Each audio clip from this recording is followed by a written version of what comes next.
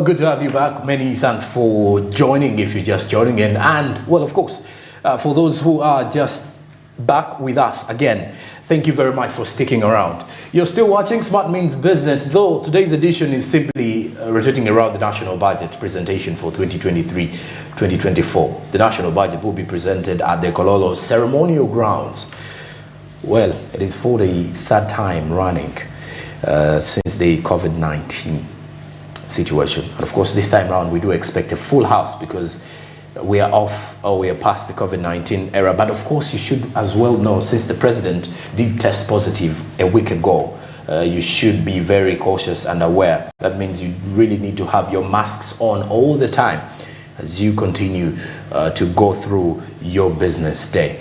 And of course, as you're going through your business day, ours is to as well remind you that you should invest well. And of course, investment now can be possible with investment in the financial market space. Start to know into Ash is the USSD code you can use to invest in government bonds and other securities available. The minimum amount of investment is just 15,000 Ugandan shillings, well, and you will definitely kickstart off your investments in the next 24 hours after registrations. The markets open at 8:15 a.m. and the closing time for these markets is 3:15 p.m. East African Standard Time. You should as well note that these markets are fully closed during the weekends and on public holidays. Zabu, my money, my future. Alltex East Africa says do something new. With something new can you choose today? Invest in government bonds and other securities. Our conversations continue here on Smart 24 TV. You want to be part of the conversations? Our Twitter handle is Smart 24 TV now. Join us, share opinions, your views, and more details. We as well streaming live on YouTube, Smart 24 TV Live. You can as well get us from there. Share your feedback with us. Join us for an entire broadcast of the national budget, right from Plot 42 on Isle Avenue down to Kololo ceremonial grounds, where we shall be giving you an in-depth breakdown of every little detail of this year's national budget presentation. Well, of course, we dig deeper in our pre-budget breakdown. I'm still with Honorable Algon Cyrus, who is the Member of Parliament, Kumi Municipality, that is for Kumi District as well, as we dig deeper in understanding the national budget for this year. It's 52.7 trillion shillings in there. Honorable, when you come to think of it, we have a different set of a budget this time around. It's a program-based budget. By the look of things here, it differs from the sectorial budget. How different is it this time around? Thank you so much. When we talk about the program-based budgeting structure, okay, this is a system where particularly resources are allocated to functional areas in alignment with to the NDP. Okay. You know, our main tool when it comes to budgeting is the National Development Plan. As we talk right now, we are running the NDP 3, which is coming to an end. And soon we shall be coming for introducing the NDP 4. Yes. So as we budget, we go to align our budgets to the NDP. Because the NDP shows us the direction, the core areas of intervention that our country is going for. So instead of budgeting resources based on the sectors, we are now trying to say, let us allocate resources to follow programs. That is the difference, to follow programs. So it is a new approach, and I think what is very, very critical for our country is to make sure that the users of the budget, the implementers of the budget, the players, the key players, most especially technical officers of government, need to be trained well to understand how this program-based budgeting approach works. But also there are other issues. For instance, I have always heard about ministries, departments and agencies fighting for budgets. So when we talk about the program-based approach to budgeting, there is a way it touches on some people's nerves because we are running away from the traditional approach of pushing money to sectors. Just saying that we are going to put money to, for instance, the sector of agriculture, but now we are going for the deeper programs. Sometimes it causes some kind of unease among our civil servants but it's something that we have to deal with and create a proper mindset change and let everybody get to know we have shifted. We are no longer putting money based on the sectors, but based on the programs. And that is how we are allocating resources. That is it. Okay. And Ugandans are not really excited a lot when it comes to the national budget reading. Gone are the days when Ugandans had this as a talk in town. Very few times now do we see this happening. Do you think it is due to the failure of implementation, or it's simply because Ugandans care less now about their economy?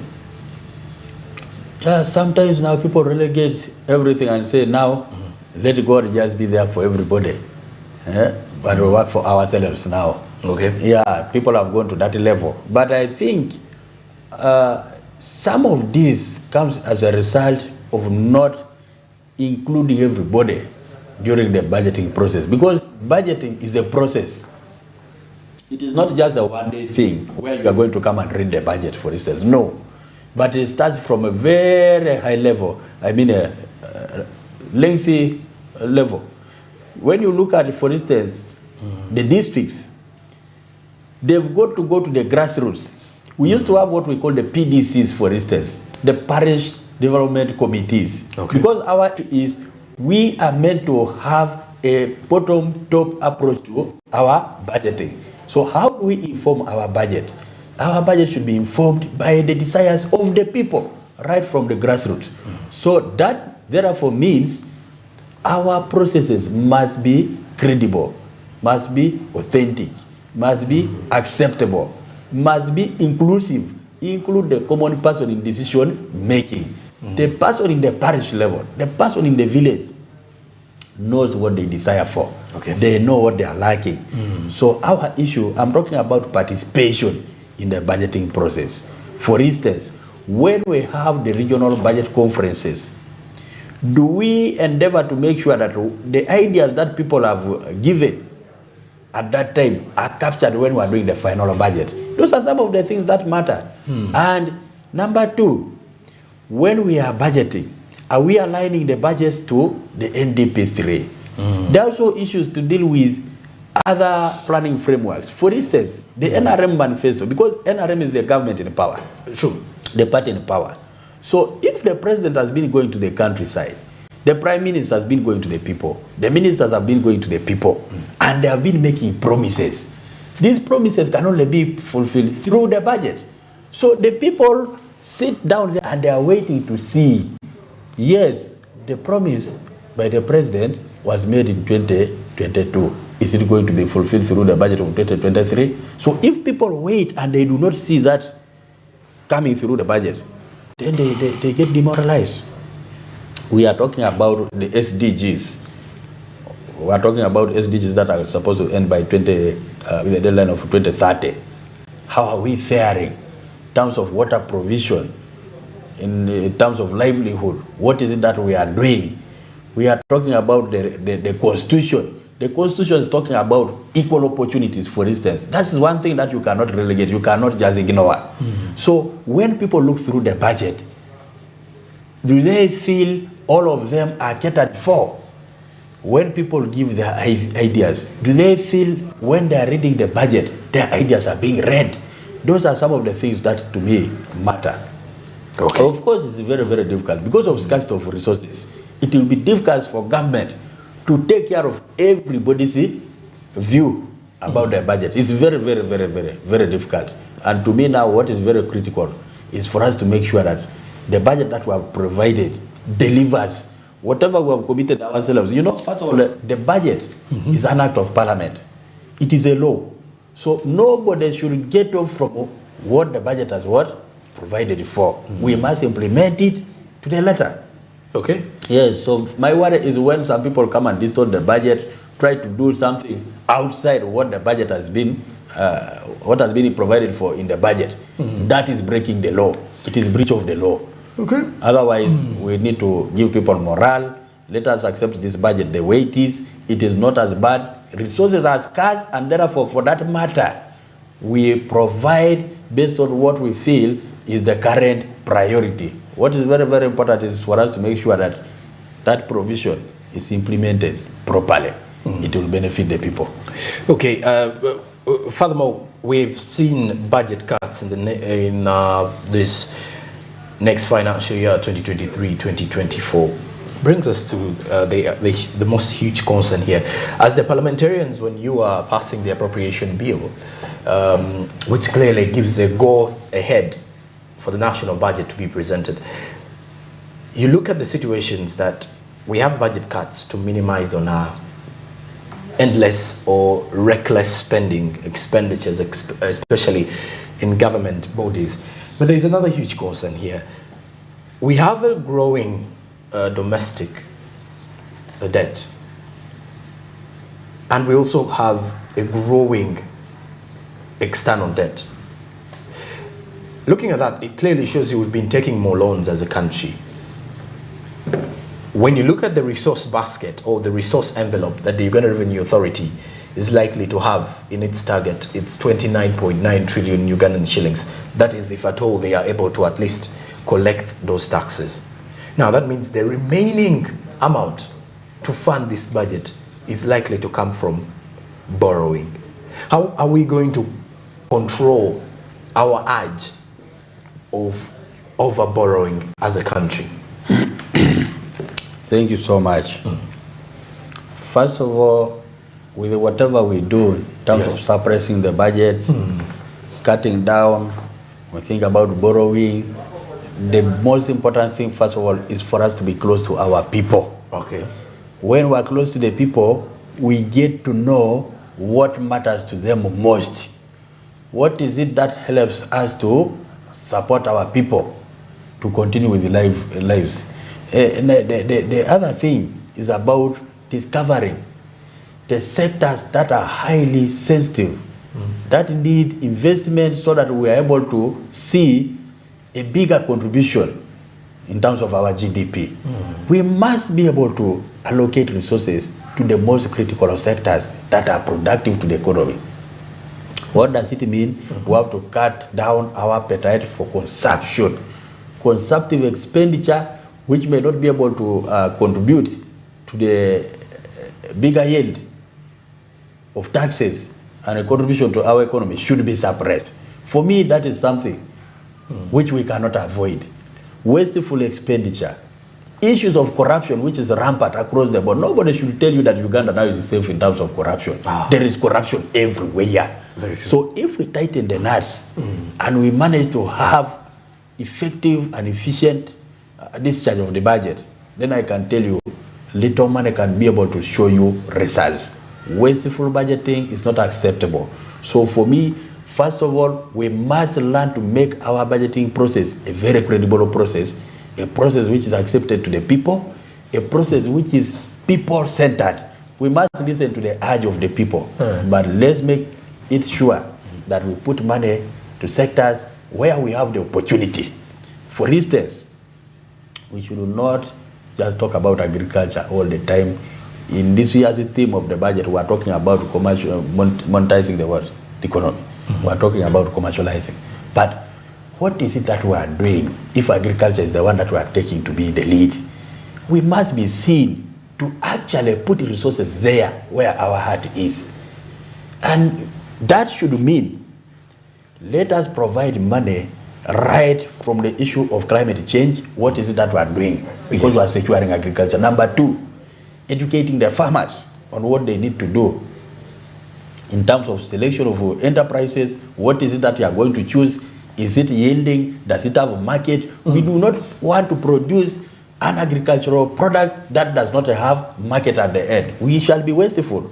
We should also be putting money in making sure that we have silos. I'm talking now about preservation, post-harvest handling. What is it that we are doing to make sure that we are able to improve the value of agricultural outputs? For me, that makes the game to change. What is it that we are doing in terms of trade with our neighbors? Recently, you heard about the issue of aflatoxins. This is not the first time. In Tennis Parliament, we had a battle with Kenya, where our maize was rejected because there was a claim that the maize was not safe. Recently, you heard about the issues that we have had with South Sudan, where they are rejecting our maize based on the same claim of aflatoxins. That's not a good thing. So for me, whether it's true is another thing. But we as a country must endeavor to deal with such barriers.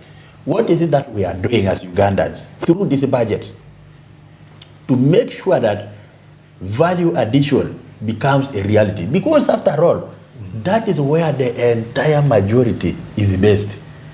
So a few of us do this small other trade, people who are importing, a few, people who are dealing with businesses in Kampala here, a few, those in real estate, a few, but the majority are in agriculture. So there is no way we can try to deal away with this. So in my opinion, there are three major issues. One, security is a must, because the atmosphere must be okay. Human capital development is a must, because those are the people to generate ideas and how we move forward. Agriculture is a must, and in agriculture, let's talk about marketing, let's talk about value addition, let's talk about post-market, harvest handling. How do we handle our produce after harvesting? Where are the markets? Who is supporting the farmers?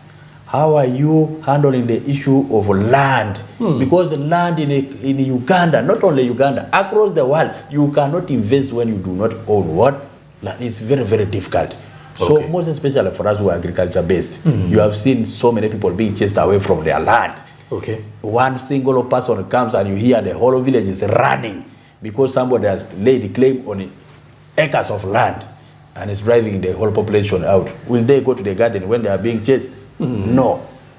Those are some of the issues we must be able to handle so that we see a change. We want to reach a level when we become like a Ukraine of the source, Russia of the source, where people see that we have stopped exporting. The whole world feels that there is something happening. We are yet to reach that level, yet we have the advantage.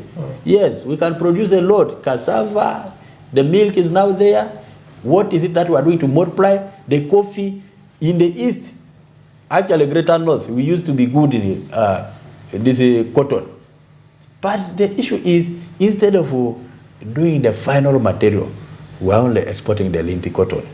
Then later, the Western world and the like bring it back to us at 3 or 4 times the price that we sell our linty cotton. Is that what we want? No. So let us put our money in the sectors that will help us to generate more money. Let's make our trade with the partners proper. If we are talking about free trade, the continental free trade area, how are we taking the advantage? Who is helping the farmers to open their eyes and helping them to show them that there is business out there? You find people are fighting in Uganda here for contracts. People are fighting for procurements, but there are opportunities out. Who is helping them?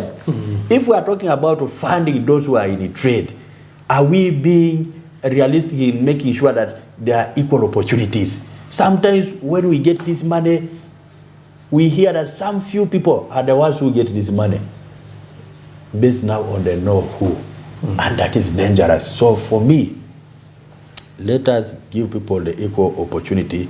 Let us look out for the markets. The president has always gone to other places and is seeking for markets. For instance, in the US, what is it that the US is buying from Uganda? So it shouldn't be about aid. The main and the biggest source of aid should be our trade with other countries. What is it that we're exporting to COMESA? What is it that we're exporting to East Africa? What is it that we're exporting to America, Europe? What is it that they are taking from us? When it comes to issues of coffee, how much is going and what is the price? That is what ultimately benefits us. And then you have the issue of pandemics. You see how COVID brought us to our knees.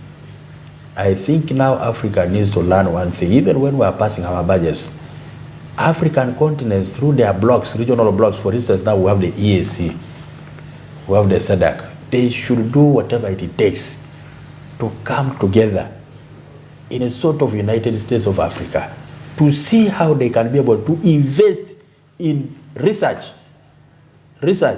I say so because now, even when it comes to just dealing with the pandemics, we are not able to create our own vaccines. We must wait for the outside world to first finish with their population and then see, is Africa still there? We are surviving by God's grace. You cannot do business when people are sick. COVID locked out the whole country. You saw how the economy was brought to their knees. Yeah. This is a lesson. What happened yesterday will happen again tomorrow. Okay. We must not sit and wait.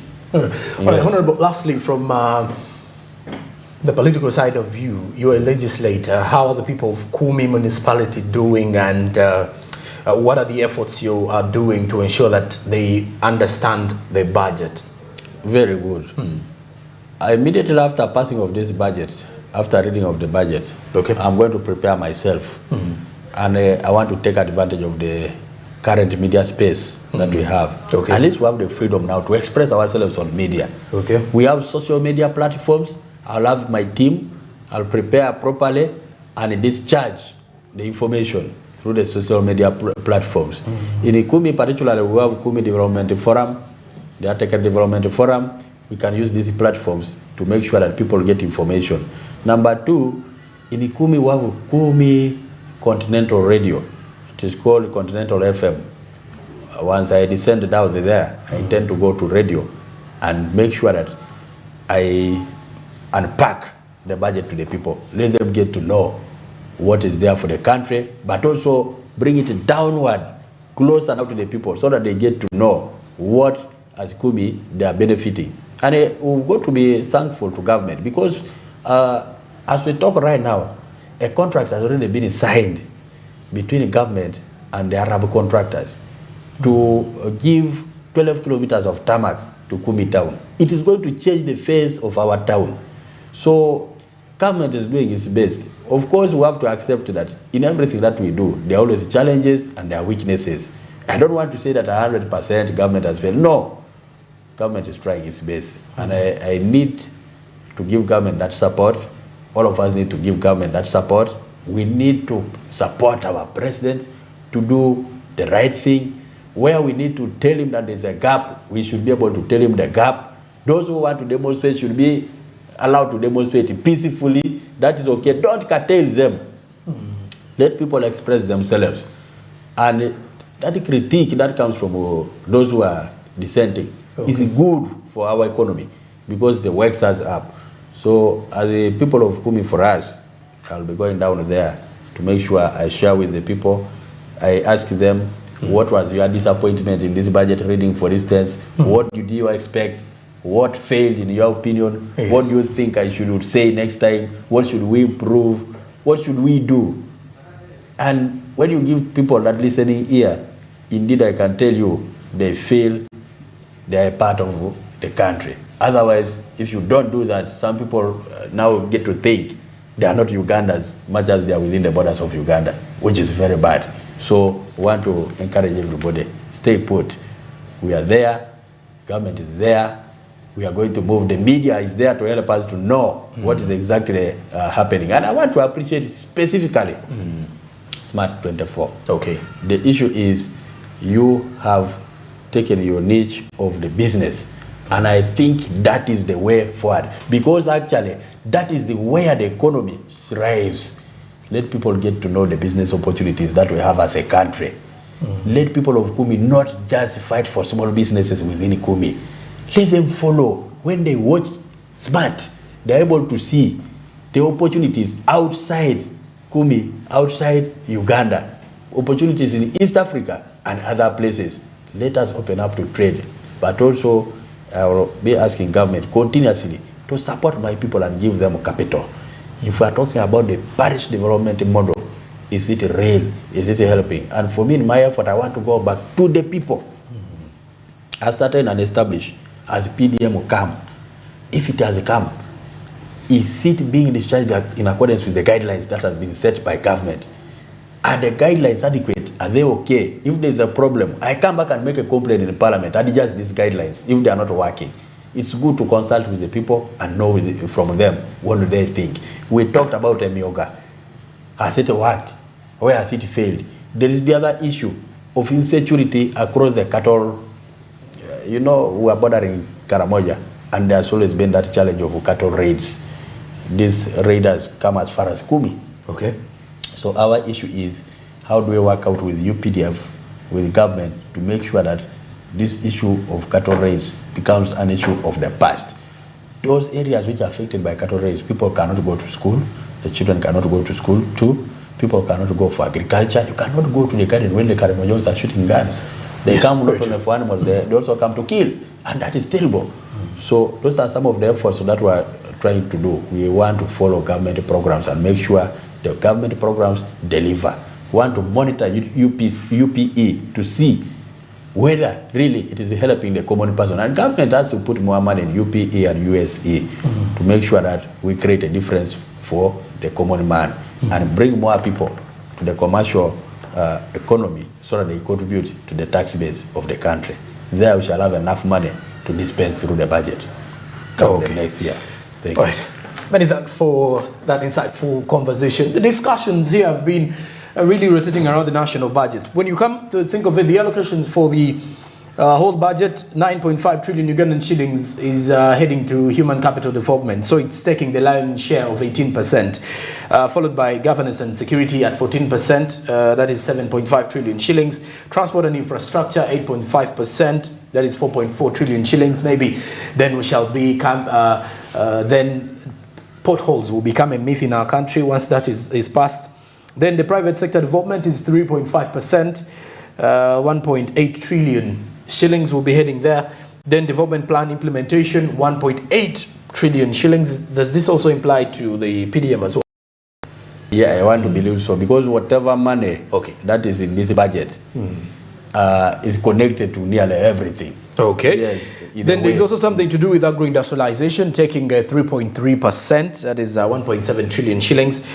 Sustainable energy development, 2.8%, 1.4 trillion shillings allocated there. Then regional balanced development is 2%, that is 1 trillion shillings that has been allocated there. So that is part of the programs that will be receiving in trillion shillings. The budget is 52.7 trillion Ugandan shillings, so you could easily see how much money is going to be dispersed. 1 minute to the top of the hour. Many thanks for being part of Smart Means Business. All I can tell you is stick around with us because today the entire broadcasting will be rotating around the national budget from the ground at Kololo ceremonial grounds in the afternoon, as well as our in-studio conversations. This is Smart 24 TV, and we continue to drive your business. Good morning, and I wish you a blessed day.